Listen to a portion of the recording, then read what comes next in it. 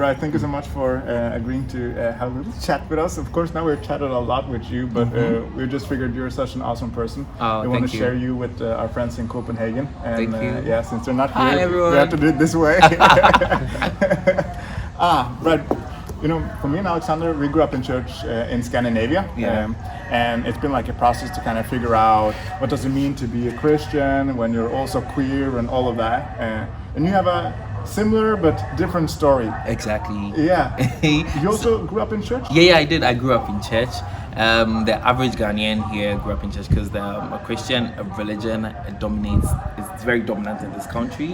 So most people you speak about this with grew up in church, and for some reason they are no longer in the church. So it has been a journey. Everybody has their different journeys, and personally, I love to share mine. And but then it's not different from the average queer Ghanaian. Okay. Yeah, we all have different journeys, but then they are all similar and related in some way or the other. Yes. I grew up in from the Pentecostal church. Okay. My mother is a deaconess. And my dad is just a member, but my mom has been very dominant within the religious space, especially the Pentecostal denomination. So I'm pretty much a very strong church boy, all the way from Sunday school to youth service to I was an usher back then to the ushering department, to the drama department. So I've had my fair share of church experience, and yeah, it's been a good one. So church has been very instrumental in my upbringing and socialization until you grow up and get to a certain point in time where you realize your identity does not really align with the principles of the church, and then it causes you to ask some questions that are unfortunately not encouraged in churches. So sometimes you tend to like look for answers elsewhere, do your own research. At what age did that process start for you? It started quite early. It started around 13, 14 years when I realized I could be different. But as at that time, I did not know of the Christians, the perspective of the church with regards to same gender and sexual minority people. Okay. I had not heard anything about the LGBTQIA conversation. The church was very silent about anything sexual, anything that has to do with intimacy and all of that. It was basically God, your parents, go to school, love your neighbors, yourself, and all of that. So growing up, I didn't know the church stand on LGBTQIA plus issues, but I read the Bible, of course, and there were parts of the Bible that hinted that this was a crime, but nobody was really talking about it. So growing up, I realized, okay, there are so many other things in the Bible that are being called crimes or sins that are not really considered sin in the church. There's the mixing of fabrics, eating of pork, and so many others. And then even to some extent, the Bible encourages slavery. All of these things I felt were not could not be associated with the current society we live in. So I considered scriptures that demonizes same-sex relations as part of them.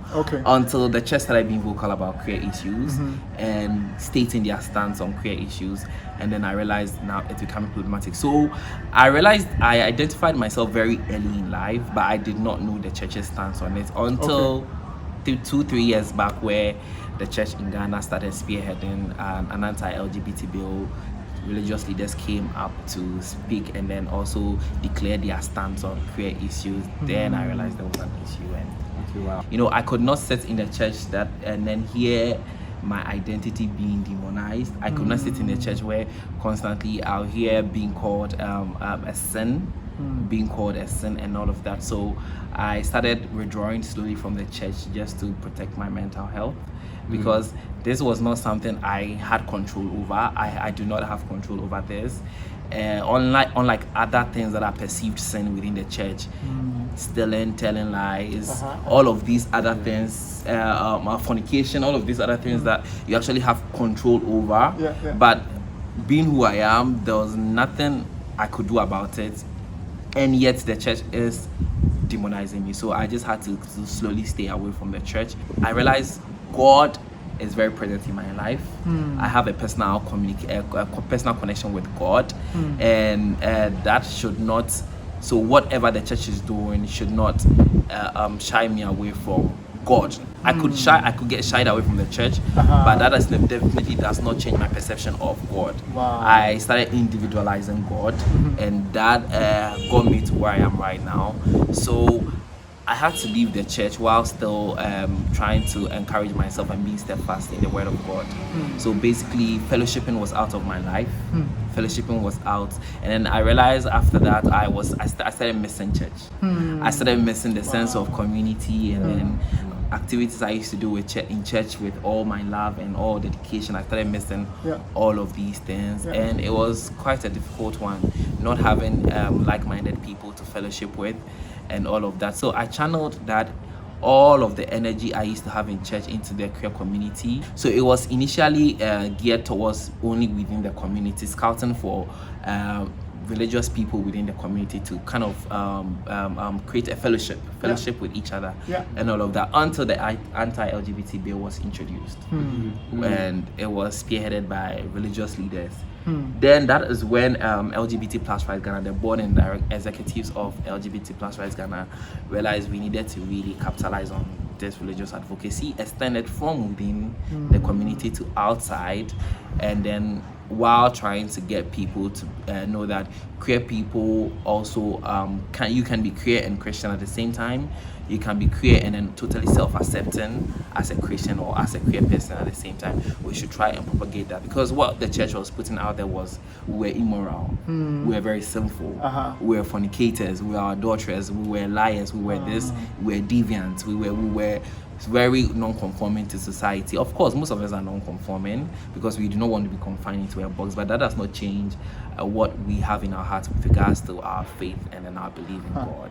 So we wanted to put that out there and let people know that we are also very religious. They do not have monopoly over God.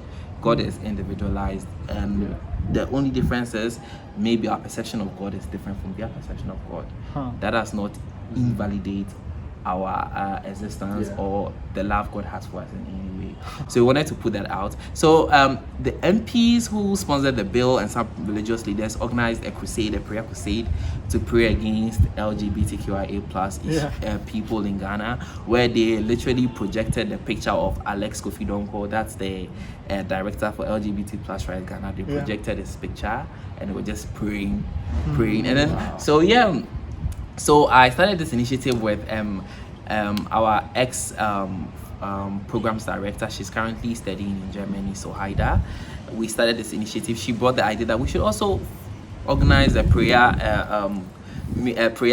gathering to also pray against people who are pushing for a hate bill that is to criminalize us. So we would also project pictures of the MPs and some very known religious people who are spearheading this, and also pray against them, so they know that they do not hold monopoly to God. God can also listen to us if we put our submissions to Him.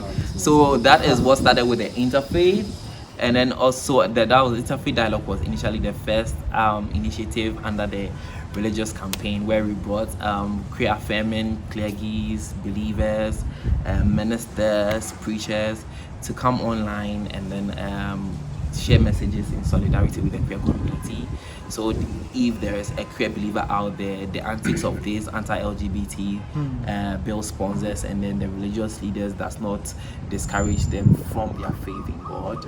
Yeah, because if you are a queer believer and you have such strong faith in God and you see your religious leader spearheading a bill against, I mean, that should really conflict you in some way or the other. So we wanted to put messages out there to these people to reassure them of their validity within the queer spaces and religious spaces. These are two aspects of their being. They do not have to choose between. They can beautifully live with these two aspects of their life. So we started the messaging and all of that, and it was very impactful. A lot of people reached out, and then funny thing too is we realized people had so many questions. So people who claim to be atheists, agnostics, and all of that, they have questions which were unanswered. That is why they resorted to who or the beliefs they are now, because most of their questions were unanswered.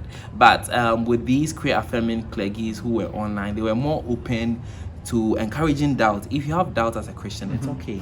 Encourage this doubt. and then come out with your questions, and then they would answer it the best way possible. Because I mean, when you take the Bible and you read from Genesis all the way down to Revelation, you find a whole lot of contradictions, a whole lot of things that you personally do not align with, a whole lot of questions that you need answers to, but you dare not go to your religious leader who is very conservative and Ghanaian to ask these questions. You'll be accused of blasphemy, you'll be accused of doubting God. So you do not do this. So if you read the Bible and you have these questions, you keep them to yourselves, and that kind of shapes your perception of God, and it's not right. It should rather shape your perception of your religious space that is not encouraging these questions, but not necessarily shaping your perception of God. So we had these people addressing these things to not only within the queer spaces, but then also generally within the Gen Zs and some parts of the millennials, because young people had questions. So people were coming out with their questions and all of that. So we realized there was a limitation to the number of people we could reach out to due to internet inconsistencies and all of that, supplying internet and all of that. So we wanted to do a more in-person gathering that would be more, should I say, intimate, because I feel meeting in person, having intimate interactions really goes down deeper than online interactions. So that will be the next, that's the Queer Believers Mingle, will be the next initiative. The Queer Believers Mingle? Yeah, it will be the next initiative under our religious advocacy campaign. We are looking at bringing all these people together, and then to share physically. Of course, to share ideas, and then also stand in solidarity with each other. And like I said, we are not taking out the atheists and agnostics, people who identify as queer. These people also have stories we'll be interested in. These people will come on board with their own stories, because like I said, 90% of queer people who do not believe in God now grew up in very religious homes. So they have a background when it comes to religion and then Christianity. They have a solid background, but it's because of experiences they've had that has landed them to this part. So we would like to listen to their experiences, answer their questions, and then hopefully if it changes, we try and draw them back to God. But then if it's not, they're still welcome in our spaces, and we'll just find common grounds to stand in solidarity with each other. So that's that's so, that's so beautiful. You know, I'm thinking about this small Bible passage, right? When I'm experiencing you and your passion and your drive in this, you know, when it talks about how God loves us perfectly, and it's just like perfect love drives out all fear. I feel like you have so much boldness, and so of course I could just see your faith, it strengthens you to do this advocacy, to do this activism. And it's so beautiful that God, he can see this unright is being done against his children, his queer children, and then he's equipping and empowering people like you to stand up and do this. Well, it has not been easy. I must say, it has not been easy. It took a whole lot of self-acceptance, because you have to really be self-accepting of, like I said, these two components of your life. Know how to be able to make peace with these two aspects of your life, and be able to after that extend the resources that has helped you out to other people, so they can also make peace with these. So the least I can do is actually put out a call to people who might be going through one struggle or the other with regards to their sexuality, and then try and then share resources that have been helpful to me with them, and then also bring resource people on board to also be very impactful in this, because I feel it's a very tricky stage in an individual's life, where we would have to be doing all of these, reconciling and all of that, especially with a church being against us. It's difficult. It's difficult, but you need to be very strong to be able to put this. It's amazing work that you do. Thank you. And now, thank you so much. You're creating fellowship again. Yes, we are looking to create a very radically inclusive church. Hopefully, if everything goes through, we are looking to, because I feel a church is not the fancy buildings you see out there. We are the church. So if we should come together in the name of God, God is in our presence, God is there, and we will be acknowledged as a church.